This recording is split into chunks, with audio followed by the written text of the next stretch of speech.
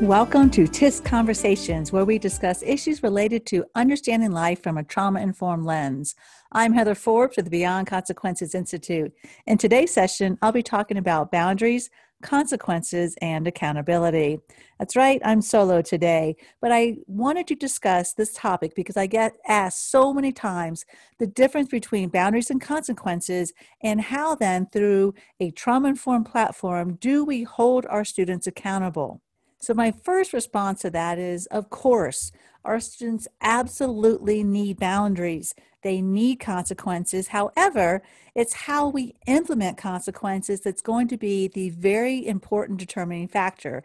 And certainly accountability. But we're going to look at the word accountability and see if we can't define it then in a little bit different lens. Because when we talk about a love-based approach, we need to see how the fear that we have always used in the past is going to be then implemented in a very loving, connected, and engaging way, not to punish our students, but to empower our students. And that's where we're going to begin, is to look at the definition and the principles that we've always been using and see how we can just shift this a little bit different to make sure that we are in a place then that we are connecting with our students rather than disconnecting with them, no matter what the consequence or the behavior or the discipline is going to look like.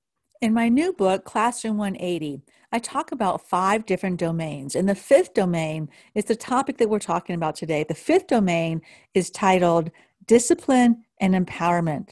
Now let's look at putting those two words together, because you typically don't see those together. What you see is discipline and punishment. I want to step back and first define the word discipline. Discipline, actually, it's a root word to mean to teach, not to punish. And so when we talk about discipline, we have to step back and think, what are we going to do then in this moment that is going to help change this student to not repeat the same pattern over and over? Using punishment typically keeps students in that same rut. They get angrier and angrier, and we don't give them new tools. We don't give them new ideas and new coping mechanisms. And so the word punishment has really been such a disservice to our students. What we want to do then is to, of course, hold accountability, but then think forward and prepare them for something different in the future. Give them the ability to make the changes they need to make. And so discipline and empowerment, those are the 2 words that I believe we have to start looking at in our schools to make sure we're not continuing the same negative patterning over and over again. For this discussion's purpose, I want us to look at 5 basic premises. The first is this. 1, you have to incorporate regulatory-based discipline. Regulatory-based discipline versus behaviorally-based discipline, and we'll go over that. The second is you have to set strong boundaries ahead of time. And we'll talk about how our students, from a trauma perspective, that needs to be done in a way that's going to make sense to them. The third principle is that consequences cannot be given in the moment, and when they are given, they have to be given with relational support. The fourth principle is that consequences are to teach and to empower. And then the 5th is accountability is not punitive. Accountability should be about empowerment, empowering a student to take responsibility. So when we talk about accountability, really the word we want to switch in here is responsibility. So we're going to open this discussion then with these 5 principles. Let's go over principle number 1, incorporate regulatory-based discipline. Well, let's step back and talk about that word regulation. What does that mean, and how does it then apply to students and to really all of us? So there's 2 words here actually that we need to go over. First is regulation, and then the opposite to that is dysregulation. Regulation, by definition, is the ability to experience and maintain stress within one's window of tolerance, generally referred to as being calm, focused, or relaxed. This term is utilized by literally every scientific discipline. So When someone is regulated, let's think about when you are regulated, when I am regulated. I am calm. I can handle stress. I can handle what life gives to me. I am focused. I am relaxed. So right now, hopefully, while you're listening to this, you are regulated. Well, the opposite happens to all of us when we start to get hungry, when we start to get agitated, when we've been sitting down too long, when we've been trying to focus too long of a time period. We then will get dysregulated. And by definition, dysregulation is the experience of stress outside of one's window of tolerance, generally referred to as being stressed out or in a state of distress. It is believed that affect dysregulation is a fundamental mechanism involved in all psychiatric disorders. Now, that quote is actually from Dr. Alan Shore. He talks about then relating this to our mental health. And so when someone has a mental health disorder, we want to think about that as someone who is just chronically dysregulated. So let's take someone with ADHD. That is somebody who is unable to focus. They are unable to stay calm. They are unable to regulate. They are in a chronic state then of dysregulation. All of us, though, have these two states throughout every single day. There are moments of every day when you are regulated, but then there are moments that you are dysregulated. Hopefully, we have the capacity then to move and shift from one state to the other. That if we are dysregulated, let's say you're hungry, well, then it's easy. What do you do to get regulated? Well, then you get some nutrition. If you are getting, let's say, agitated just physically, you've been sitting down too long, well, then you get up and you take a walk and you regulate your body. And so as adults, we have these coping mechanisms that hopefully are healthy mechanisms to be able to shift ourselves back into that state of regulation. What happens when children are impacted by trauma is that they have a lack of ability of positive ways to be able to shift back into a state of regulation. They've not had the nurturing, they've not had the adult relationships that help them to move back and to learn positive ways to move back into a state of regulation. When we see children who have negative behaviors, well, then we want to just say that they're dysregulated. And then our job then, our role is to help them and to offer to them ways to get regulated. You see, this is such a different perspective than looking at it from a behavioral perspective. If traditionally, when a child has been dysregulated, we have seen it as negative behavior. And all we have offered to that child is discipline, our rules, our consequences, and to take away privileges, and all these disciplinary methods we've tried to do to change the behavior. But you see, it's not a behavioral issue. It is a regulatory issue.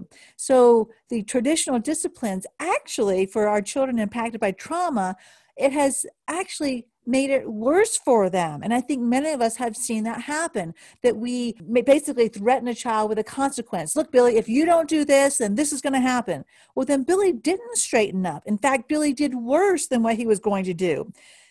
So we have to step back and say, instead of offering punitive disciplinary measures, we have to offer regulatory-based disciplinary measures. It's really just a matter of recognizing that it's about understanding the level of anxiety that children are in, the levels of stress that they are dealing with.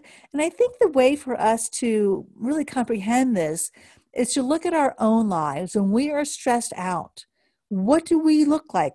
How do we act? We probably aren't as nice as we should be. Maybe we say things that we don't really mean, because when you're stressed out, that's what happens. You lose your ability to be able to stay within the boundaries. That's why boundaries is a regulatory issue rather than a behavioral issue. The other thing we want to look at is to understand then how our fear-based disciplinary methods have really done so much damage to our students' self-identity. Our self-identity is really developed when we are, especially that 8-year-old stage, but it's something that is developed throughout our childhood. And for so many of our students that have been impacted by trauma, their identity is incredibly negative. They see themselves as the problem. They see themselves as bad. They see themselves as unworthy, as stupid, as the bad kid. They see themselves as unlovable, unworthy.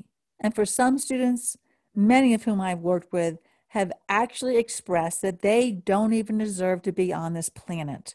I mean, think about that. If your self identity says that you aren't worthy enough to even be on this planet, then anything that is said to you is going to only reinforce that negative belief system. Anything that a teacher or an administrator says to you that is trying to get you to change your behavior, it's not going to change your behavior. What it is going to do is make you feel even worse about yourself. And so let's take, for instance, elementary school level, where you may have point charts, or you may have something positive, where you have a fun Friday, or you have a treasure box to get your prize out of. If you earn all these points, you get to then go to the treasure box and pick what you want to. Well, here's Billy, right? Billy hasn't earned all the points. Billy hasn't got on all the stickers. And so when all the other kids go to the treasure box, what does Billy do? Billy sits there and watches all the other kids go. And so instead of thinking, oh, wow, I really need to do better next week, I need to make sure that I follow the rules, Billy doesn't think that way. What Billy has already done is stuck in his negative belief system and says, I really am bad. Look at all the other students. They're going to the treasure box and I'm not. So therefore, I really am stupid. I really am the bad kid. I really don't deserve to be on this planet. You see, these positive things we have put into place that are behaviorally based have done nothing but magnify. They've done so much damage to magnify the negative belief systems that our students have in their head every single day. Because when you grow up in trauma and you don't grow up in a healthy family, this is what happens. You do believe that you're awful. You do believe that you're terrible. There's so much shame. There's so much fear of who you are. There's so much lack of positive identification of you as an individual. And so that puts our students in a place that they come to school, they sit at their desk, and they say, I'm not ever good enough. I'm not okay. And it's very, very hard for them then to follow the rules, to be able to look like all the other kids, to be able to fit in. What they need is us. They need us in relationship to help them regulate. So what we have to look at is that traditional discipline only serves to reinforce a student's negative belief systems. And I'm talking about who I call our Billies who come to school with a background or a current situation of trauma. The question then becomes, well, what does this look like? How do we still make sure that we are tracking behavior? Because again, we have to have accountability, but how do we track behavior in a way that is a positive way for our students, in a love-based way, in an unconditionally accepting way? So here's what I want to say is take something you already have in your classroom, already have in your school, and take these measures and these techniques and just shift them a little bit. In the sense that instead of tracking behavior, you're now going to track regulation. So many of you are familiar with the clip up, clip down, where on the top clip you have that the student is doing outstanding. The second level is you have great job. The third level is ready to learn. The fourth level starts to becoming more of when that student isn't doing what they need to be doing. And then it's think time. And then after that, it's teacher's choice. And after that, it's the big red one that says parent contact.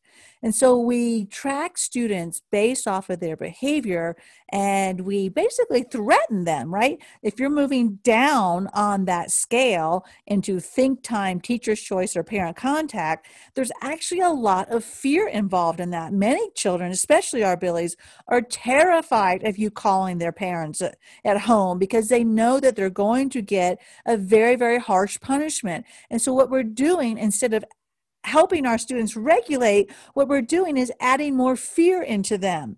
Yes, we're trying to get behavior done, but think about it from Billy's perspective. If you are terrified that you are going to get a whooping or you're going to get some harsh punishment when your teacher contacts your parents, You are going to be terrified. If you are terrified in that classroom, you're not going to be able to think clearly. When you are dysregulated, you are stressed out, and you have an inability to focus. You have an inability to do the right thing. So many of the things that we have been doing have actually stressed our kids out and pushed them to the point that they have no other choice but to act out even more negatively. I understand the need. Absolutely. We have to be able to track this. If we don't have any tracking, then your classrooms are going to be completely chaotic. Your school is going to be a mess. You absolutely need that accountability. So, how about this? How about instead of tracking their behavior, we track their regulation? And what I've developed is a system to be able to track it with the same idea of the clip chart. But inherently, we want to actually change it from up or down because that can mean good or bad. We want to take out the judgment. We want to take out the fear. And so I've developed a tracking system then that goes from left to right because that doesn't mean good or bad. It just means I'm either on the left or I'm either on the right.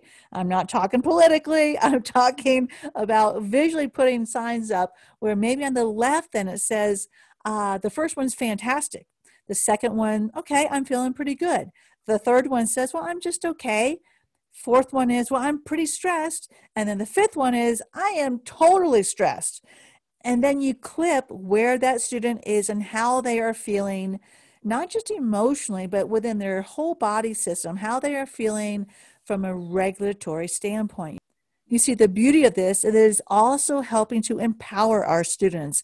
It is helping them to check in with themselves to learn to self-regulate. One of the greatest gifts that we can give to any of our students is to help them learn to monitor their own regulation. This is a tool that many of us as adults were still trying to work on because we were never taught that. And so empowering our students to check in with themselves and to ask them, Billy, how are you feeling now? What is your level of stress right now? And maybe Billy's doing great, but to have that freedom and that non-judgmental atmosphere and the safety, the emotional safety in a classroom for students to identify truly how they're feeling. Because if they say, no, I'm totally stressed, it doesn't mean they're bad. It doesn't mean that they're in trouble. It just means, okay, what can we do to help you? How can we guide you? How can we support you? How can we help you then shift yourself back to a greater state of regulation? And you know what the beauty of this is that when students are regulated, they can learn. Brain science is telling us that the only way that students can learn is when their brains are calm and when they're regulated. So the regulatory measures that we can take and to track and to hold accountable are actually measures that are going to increase our academics because the more that a student is regulated, the more possibility they have of learning.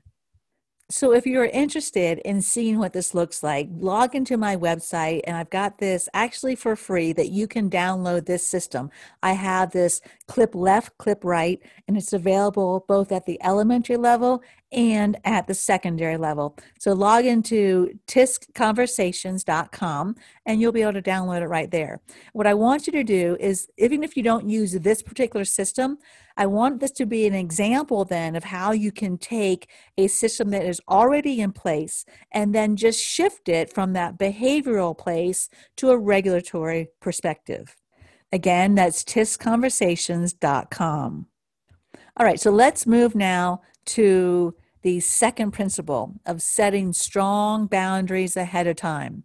This proactive measure is so very, very vital, especially to our abilities in the classroom, because our abilities are very concrete thinkers, and sometimes we assume that they understand a rule, but they don't really. So many of our children have such a hard ability to understand sort of in between the lines, the inferences, the things that so many kids will just assume. Our kids don't. Our abilities, they are so black and white and rigid in their thinking.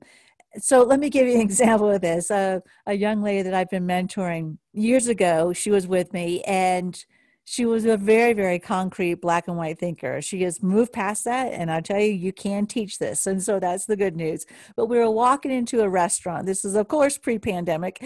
And so there was a sign on the restaurant door, which you all have seen. And that sign says what? no shirt, no shoes, no service. And she looks at me and she goes, well, what if you don't have any pants? So, well, obviously no service then, right? And so we all just sort of, when we see that sign, we infer that you got to have pants on, even though it's not said. Well, think about children with a mind like that when they're in the classroom. If you don't explicitly say things in a very strong, mindful, succinct way, they're going to do things that are outside the boundaries, but they're not going to realize it. They're not going to realize that that's not acceptable. So let's put a little background behind that. Why is that true? Because in so many families, the lack of boundaries is really part of the problem. So many of the families that our children come out of, their family systems are very enmeshed, and there's not a strong clarity of roles and responsibilities, or not a strong sense of hierarchy. And they don't understand. There's not a lot of clarity between one person's role and another person's role, and who does what. And so they're very, very enmeshed. And you have this system then that lacks clarity. The other reason that we want to set strong boundaries is that many of our students have been passed around. They've been moved from one class to another class, moved from one school, kicked out of one school and gone to another school. And they've learned that people can't handle them. And so by setting clear boundaries, we are telling them, yes, I can handle you. These are the rules. We're going to work through this. We're not giving up on you, but they are going to test that. So again, setting the boundaries, setting them strong, and knowing that they are going to test us. So many times I've seen on behavioral reports where people have written down, well, Billy is just testing the teacher. Yes, indeed. Billy is testing the teacher because Billy needs to know, can you handle me? Are you going to stick with me? Or are you going to give up on me? And by setting strong and clear boundaries, I want us to think about setting them not just through auditory means, but also through visual. Our students, many of them, have a problem processing auditorily. And so what we want to do is make sure that we are doing it, of course, auditorily, but we have the backup with a visual. And so the visual, you have a sense of what those boundaries are written out, drawn out, somehow visually in that classroom. And lastly, as a teacher, as an administrator, it is vitally important to be consistent. Sometimes it's easy to let things go here and there, to be flexible is one thing. But because Billy is concrete, to be as consistently holding that boundary as possible is going to be ideal. And to reinforce that concept, I like to talk about being the persona of two people we know from history. One is Mr. Rogers, right? Mr. Rogers is loving, he is kind, he is regulated. When you think of Mr. Rogers, you just think of the sweater, right? The sweater will regulate you. But then you've got to recognize that that's not strong, right? Mr. Rogers would get eaten up by so many of our Billies. So you have to have the second persona of General Patton. General Patton then says, this is the rule. We're not going to mess with it. We're not bending the rule. This is the way it is. But you have to have the combination of those two so that the General Patton says, we will stick to this rule. We will hold this boundary. But Mr. Rogers says, I will do this lovingly. I will do this in a way to help regulate you. I will love you. I will accept you, but I will also be General Patton. So I love the combination of thinking of these two characters because our Billies absolutely need both from either end of the spectrum. In the past, traditionally, it's been all General Patton, right? This is the rule. That's it. Zero tolerance. But you can't swing to the other side either and be 100% Mr. Rogers because that's not strong enough for Billy. Billy needs that love, but Billy needs the combination of the two. All right, so we're at the third principle here. Consequences cannot be given in the moment, and when they are given with relational support. Meaning that when you see Billy getting upset, when Billy is maybe picking on his neighbor or saying something or dropping the F-bomb, you can't say, Billy, don't you use that language in this classroom. Because if you say that, then Billy is going to do what? Billy is going to use more negative profanity. When you try to correct Billy in the moment and you try to give that consequence, you would then have entered into a power struggle. And so Billy is always out to win. You see, when you are down in the lower part of the brain, that part of the brain is not about right or wrong. That part of the brain is about win or lose. To be in a power struggle with a student who has been impacted by trauma, you are in a losing battle. That student will win. They will do everything they can to win. And if you say, just get out of my classroom, what happens then? Well, they get out, but they kick the chair on their way out. They slam the door. They dump over the trash can. They do something to have the last word. That is the nature of survival. That is the nature of being with a student then that knows what trauma feels like.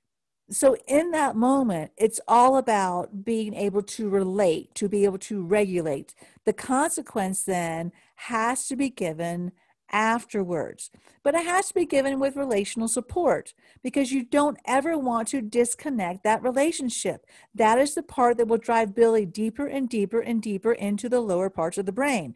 It's within the context of the relationship that we are helping our students learn how to regulate. So for instance, let's say you have a high school student who now has a consequence, something that they did, and you're like, okay, Billy, after school detention. But instead of going to after school detention and sitting in the corner, doodling or doing nothing, that student then needs to go to a restorative circle with other students, and they are given the chance then to learn to talk, to learn to emote, to learn to be able to identify how they feel. I'll tell you, that kind of consequence, when you are asked to talk about how you feel at the high school level in front of your peers, is probably a more severe consequence than a consequence sitting in the detention hall doodling. I mean, we're asking our kids to do really hard stuff. But you see, when you have someone leading that circle, that student is supported. That student has the connection with an adult to be able to process, to be able to learn to regulate. So remember, consequences can be given, but not in the moment because you will do nothing but escalate that student. And then when the consequence is given, you don't send them to timeout. You don't send them away. You pull them in. You do what I call a time in, and you help that student to relate, to be able to focus, and you give them the attention that they need. You're not giving them attention for negative behavior. What you're doing is giving them attention to be able to become more mindful, to be able to learn how to handle stress, and then, of course, learn how to self-regulate. And I have to say this, just the word consequence, if you say, Billy, I'm going to give you a consequence, just that one word will send some students into a complete tailspin. Have you ever seen that? Right? The word consequence almost is like telling that student that they are worth nothing, that you are horrible, that I hate you. Like that's the interpretation that our students hear inside their minds when you say, I'm going to give you a consequence. It will send them spiraling down. So concept number 4 is consequences are to teach and to empower. When we remove a student from an activity, when we give them time out or we give them after school detention, these are actually opportunities that we've been missing, right? We've said you can't do anything. You have to sit there and just watch everyone else, or, these things that we have done to try to punish them. We have missed that these are some of the greatest opportunities to empower our students. Sending Billy to a restorative circle is then going to empower him to learn better coping mechanisms. When you send that student to maybe a one-on-one with the school counselor, they're going to then learn and maybe do some role plays of what to do next time. It's about making them face what's happening in their lives. Our kids don't want to face this. It is much easier to be angry, right? It is much easier to have that armor on, to be angry and mad and blame everybody else, but to hold them accountable in the way that they have to look at their behavior and be able to talk through it, to relate to someone with it, is going to then empower them to take that next step because they don't want to do this anymore. I promise you, as much as our Billies look like they want to be bad and they don't care about anything, and maybe they even say that, well, I don't care, they do care. Every single one of us as a human being wants to fit in. We are social creatures.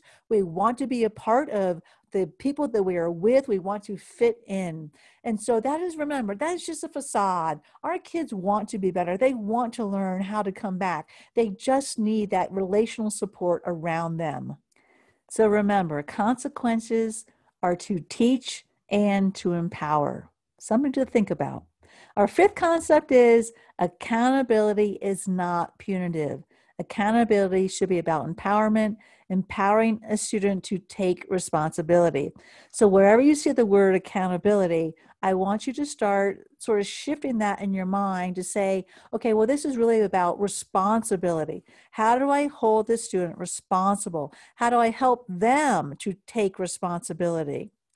When you are self-aware enough to start taking responsibility, you start to learn how to look at a situation rather than blaming and getting mad at everybody else, but to look in the mirror and say, okay, well, how can I problem solve better? How can I process this? And to help our students learn these skills. So many of our kids don't have the skill set. We have been punishing our kids for a skill set that they don't have. They are deficient in that. So I love role playing. If anyone's been to any of my trainings, you know that role playing is one of my favorite pieces because children learn through experience. It's not just through a worksheet. It's not just through talking about it. It's through the role playing and the experience of what that looks like.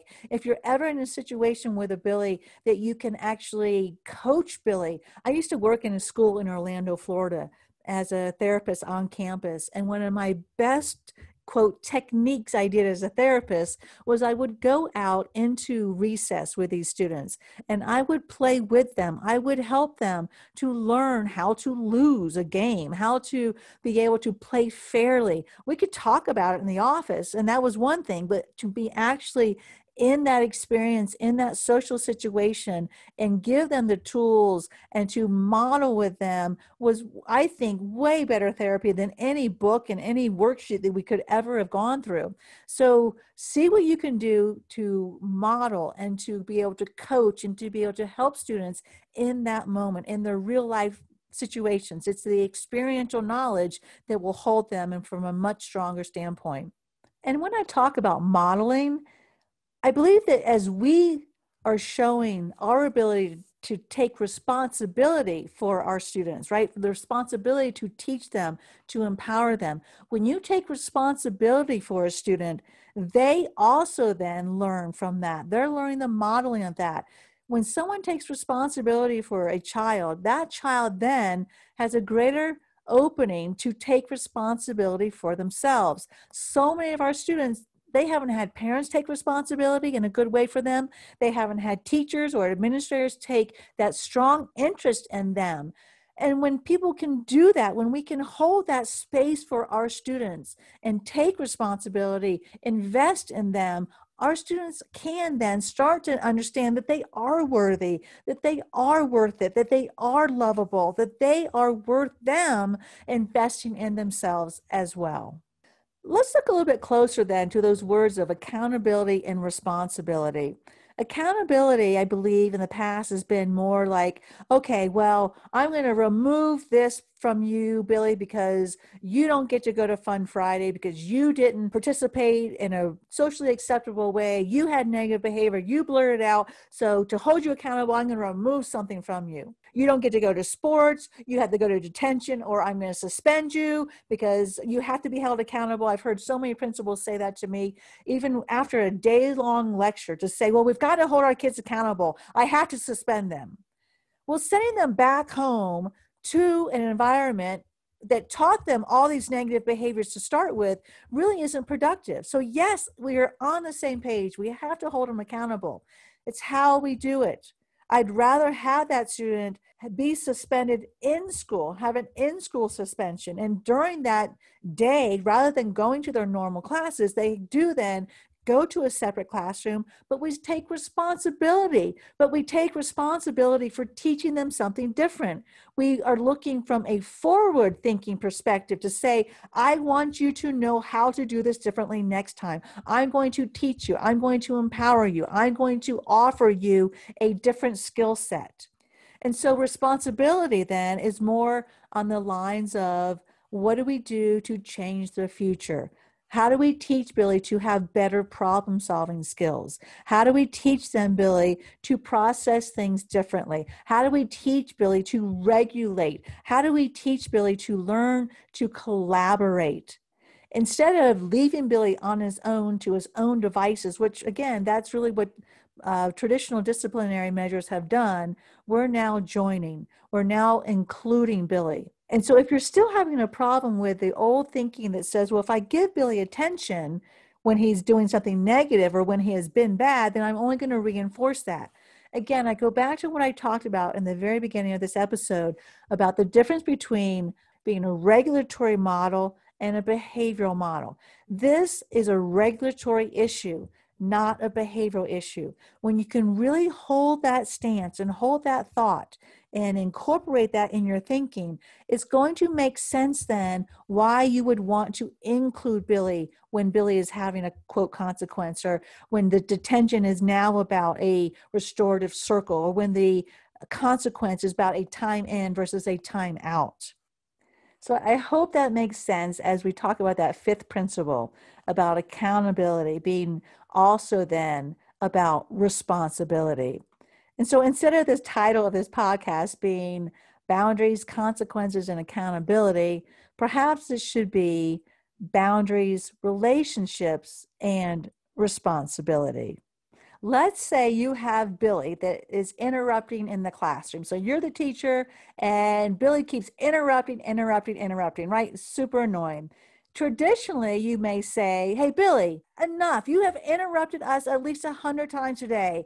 I am not going to stand for this any longer. Go down to the front office right now. So what does Billy do then? Well, Billy gets up, says, well, F you, and stomps out of the classroom. In that moment, what was being offered? A consequence or a relationship? Well, obviously just a consequence. So what if we did something different? The teacher gets the other students working and quietly walks over to Billy and says, hey, Billy, this really isn't working. Do you need a break? How about going down and check in with Mrs. Smith? That will give you a chance to get regulated, give me a chance to teach. When you come back, we'll check in again. So maybe I'm still getting Billy out of the classroom. Just like in the first traditional example, I said, Billy, out of this classroom now. I'm still getting that student out of the classroom, but not in a fear-based, rejecting, negative way. I'm saying, you need a break. I need a break. This isn't working. Let's all take a time out. But you're also then sending Billy to go down and see Mrs. Smith. Maybe she's the receptionist in the office, someone that Billy has a relationship with. Maybe it's the librarian. Maybe it is the custodian. Maybe it is one of the lunch personnel. We have so many people in our schools that are not working with students directly, but can for 5 or 10 minutes probably take a break, work with Billy, and then get Billy regulated back into the classroom. At that moment, again, the outcome is the same. You are sending that student out of the classroom. That's their consequence. But what you're offering then in this new perspective is relationship. You're offering regulation as well. So let's look at the outcome of that. In the first example, when Billy was sent out of the classroom, let's say Billy goes down to the principal's office, maybe sits down there for 20 minutes. Principal, does what they need to do. Billy comes back to the class. Billy's maybe more regulated, but you know what Billy is? Billy's angry. Billy has been rejected out of that classroom. And by the way, so many of our students impacted by trauma, one of the main issues they have is rejection. They have an underlying big button that they get so triggered anytime that they are slightly rejected. So Billy comes back to the classroom angry, maybe a little more regulated, but super angry. You don't have a student who is ready to collaborate. You don't have a student that is ready to be a part of the classroom. They come back in a more disheveled place. But then the second example, let's say the student does go down and check in with Mrs. Smith, and Mrs. Smith spends maybe 5 or 10 minutes checking in with Billy, just having a conversation, not about the behavior, just checking in. Hey, Billy, great to see you. Billy comes back to that classroom. What's Billy's attitude then? Well, Billy now is more regulated. Billy is more connected. Billy is more able then to collaborate with the teacher to be a participatory student rather than an interrupting student. So taking that example and everything I've talked about here, I want us to see that consequences are definitely needed. However, it's how you deliver them. Traditionally, it's been more about separation. It's been more about you versus me. It's more about blaming that you are the problem. It's more about not understanding that our kids can't think logically. We deliver consequences in a sequential way. If you don't do this, and this is going to happen, and then that's going to happen. None of that works with our Billies, or it really doesn't work with our Annies either. So it's more about the delivery. Yes, you're going to have a consequence, but I'm going to be Mr. Rogers. I'm going to give you empathy. I'm going to be connected with you. I'm going to do this in a manner it's about you and me. I'm going to be General Patton. I'm going to hold the line. I'm going to give you a consequence. But again, I'm going to do this in a way that is understanding, in a way that is accepting of who you are, in a way that is unconditionally loving. But again, that dichotomy between Mr. Rogers and General Patton and that combination of the two is how that delivery goes down. And so you can still have that student removed from the classroom. You're just doing it in two very, very different ways. So again, this is the podcast on boundaries, consequences, and accountability, which I have now renamed Boundaries, Relationships, and Responsibility. So thanks for joining me, and I'll see you next time. This has been TISConversations. I'm Heather Forbes with the Beyond Consequences Institute. For more trauma-informed resources, please visit beyondconsequences.com. Thanks for listening, and remember, love always prevails.